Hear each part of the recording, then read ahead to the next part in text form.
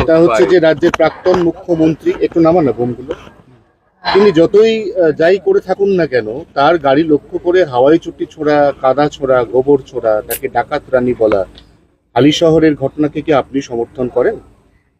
আমরা এটাও সমর্থন করি না। কুণাল ঘোষ যখন ওনাকে ডাকাত রানী বলছিলেন তখন আপনারা কিছু বলেননি। আজকে সাধারণ মানুষ ডাকাত রানী বলছে, সেটা দোষ হয়ে গেল। তিনি যদি ডাকাত রানী বলে প্রমোশন পেতে পারেন, পার্টি জিএস হতে পারেন, স্পোক্সম্যান হতে পারেন, এমএলএ হতে পারেন, তো সেখান থেকে অনুপ্রেরণা তো পাবলিক পাচ্ছে, তার জুতো ডিম সব পাঠাচ্ছে। এই কালচার কে নিয়ে আসছে? ব্যক্তিগত আক্রমণ করা, চরিত্র হনন করা, অপশব্দ বলা, রাজনীতিতে তার নাম নিয়ে যাতা বলা। তো একদিন ইট পাটকে, আমি তো ইট খেয়েছি, আমার গায়ে এখনো দাগ আছে, আমার গাড়ি কতবার ভেঙেছে। দুটো ডিম খেয়েছেন বলে কি পশ্চিমবাংলার সংস্কৃতির অসতর্ক? যারা লাফাচ্ছে তারা সমাজ বিরোধী। আমি বলছি মানুষের অধিকার আছে নিজের রাগ প্রকাশ করার। ডায়মন্ড হারবারে আমার দুজন জেলা প্রেসিডেন্টকে তুলে নিয়ে গিয়ে একজনকে শ্রীরামপুরে রাখা হয়েছিল মাসের পর মাস, উকিল, তাকে মারা হয়েছে পুলিশ। একজনকে নিয়ে গেছে হুগলি চুঁচুড়া, রাখা হয়েছে দিনের পর দিন, তাকে টর্চার করার পরে থানা থেকে তাকে জেলে পাঠিয়েছে পুলিশ। একজন লয়ার, সে এখন সেক্রেটারি ওখানকার বারের ডায়মন্ড হারবারে, সে এখন এমএলএ হয়েছে ফলতায়, এবং জবাব দিয়ে টিএমসিকে 4 নম্বরে পাঠিয়েছে। এই জিনিসগুলো কে করেছে? আমরা তো সহ্য করে এসেছি। সেখানে যারা হাই তোবা করছে তারা হচ্ছে সবচেয়ে বড় ক্রিমিনাল, যারা টিএমসির অত্যাচার নিয়ে কোনোদিন মুখ খোলেনি। কাপুরুষের দল। আমরা যখন দিনের পর দিন মার খেয়েছি, 250 লোককে ফাঁসি দিয়েছে, ঝুলিয়ে দিয়েছে, তখন এই মানবতা কোথায় ছিল? ডিমের জন্য প্রাণ যাচ্ছে, এই ডিমের জন্য তো লাইন দিয়ে দোকানের সামনে দাঁড়াও, হরিণঘাটার ডিম চাই বলে। ফ্রিতে খাচ্ছ, খাও। যেন এইসব মানবতার কথা বলবেন না, সৌজন্যতার কথা বলবেন না। যারা সমাজ বিরোধী কাজ করেছে তাদের প্রতি সমাজ বিরোধীর মতো ট্রিটমেন্ট করা উচিত। শ্রীরামপুর এবং আইনজীবী, দুটো কথা আপনিও বললেন, আমিও বলি ওই একই কথা। শ্রীরামপুরের একজন আইনজীবী, তৃণমূল কংগ্রেসের কালীঘাট শাখার নেতা, তিনি বলেছেন আজকে যারা ডিম মারছে একসময় ডিম তাদের কাছে বুমেরাং হয়ে ফিরে আসবে। না, কি হবে ভবিষ্যৎ উনি দেখেছেন? উনার ভবিষ্যৎ কি লেখা আছে? উনি কোন গর্তে পড়বেন, ড্রেনে পড়বেন উনি জানেন? এসব ডায়লগ মেরে লোককে বিভ্রান্ত করবেন না। আমি তো বলছি পশ্চিমবাংলার মানুষের মধ্যে মানবিকতা যায়নি, তাই ইটের বদলে ডিম মারছে। মারা উচিত ইট, আমি সমর্থন করবো ইট মারলে, কিন্তু মারেননি, কারণ এখানকার মানুষ অনেক ভব্য সভ্য, তাদেরকে এরকম ক্রিমিনাল বানিয়েছে টিএমসি। এদের এটা পাওনা ছিল, তার জন্য আইন কানুন আছে, সে দেখবে। ভবিষ্যৎবাণী করাটা কাপুরুষতার লক্ষণ।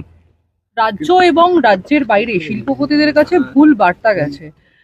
সেখানে দাঁড়িয়ে শ্রমিক ভট্টাচার্য তিনি বলছেন যে এখন যারা শিল্পপতি তারা আগে তার বাড়ি আসছেন এবং তারপরে নবান্ন যাচ্ছেন।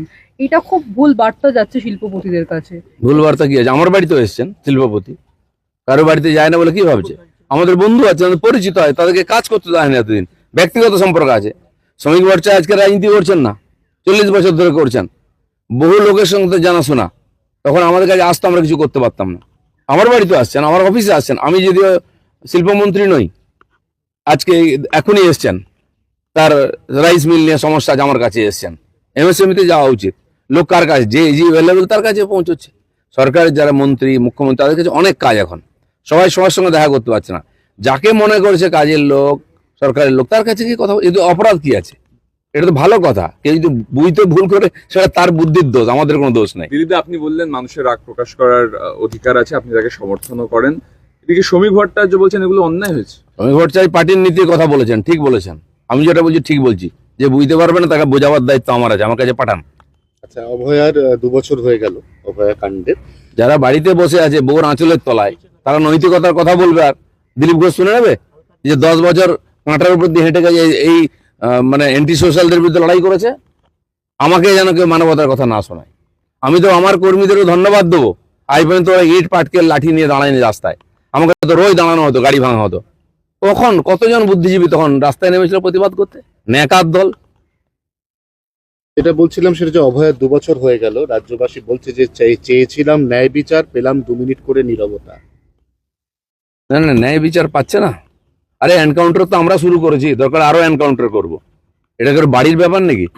বাপ বেটায় ঝগড়া হলে বছরের পর বছর মেটাতে পারে না, স্বামী স্ত্রীর ঝগড়া মেটাতে পারে না বছরের পর বছর, আর 2 দিনে সব মিটে যাবে নাকি? এত অত হয়ে যাবে। 15 বছর লাত খেয়েছো, ভুলে যাচ্ছ? 15 মাস তো সময় দাও। ওকে ওকে ওকে।